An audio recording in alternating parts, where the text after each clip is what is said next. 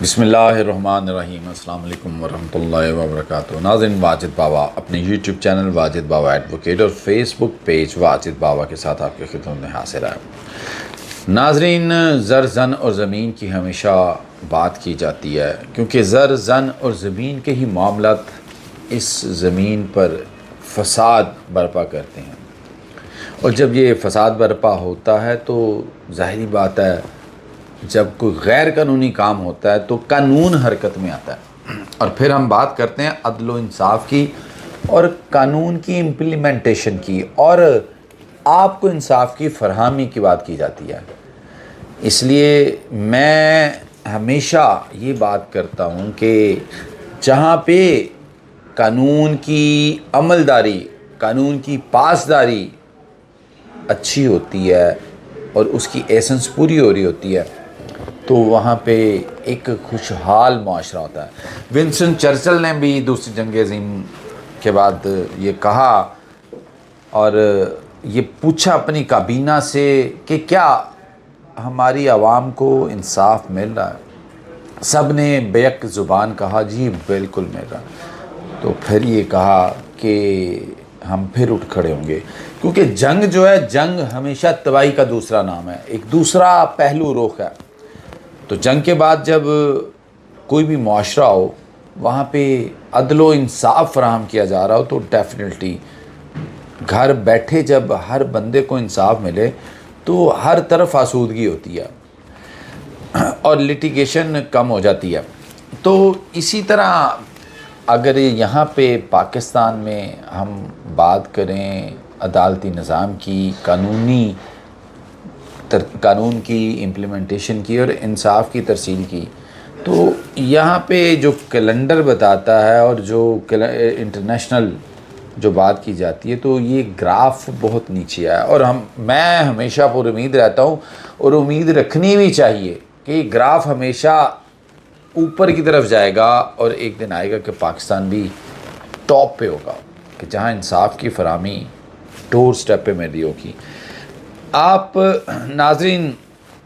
میں جو صورتحال ہے کہ جب قانون کی اور عدل کی اور اس کی فراہمی کی بات کی جاتی ہے تو سب سے زیادہ یہاں پہ مسائل پراپرٹی کے ہیں، اور پراپرٹی کے مسائل میں جو قبضے کا ایک عنصر ہے، کیونکہ کہتے ہیں کہ ایک قبضہ تے 100 مقدمے، یہ ایک ایسی مثال اکثر ہم سنتے ہیں۔ تو ایک قبضہ جو ہے نا، اور 100 مقدمے سے مراد کے 100 پراپرٹیاں آپ کے نام پہ ہوں لیکن آپ کے پاس ان کا قبضہ نہ ہو، تو اگر آپ کے پاس ایک قبضہ ہے وہ ان ساروں پہ بھاری ہے، اور اسی لیے اس قبضہ اور کو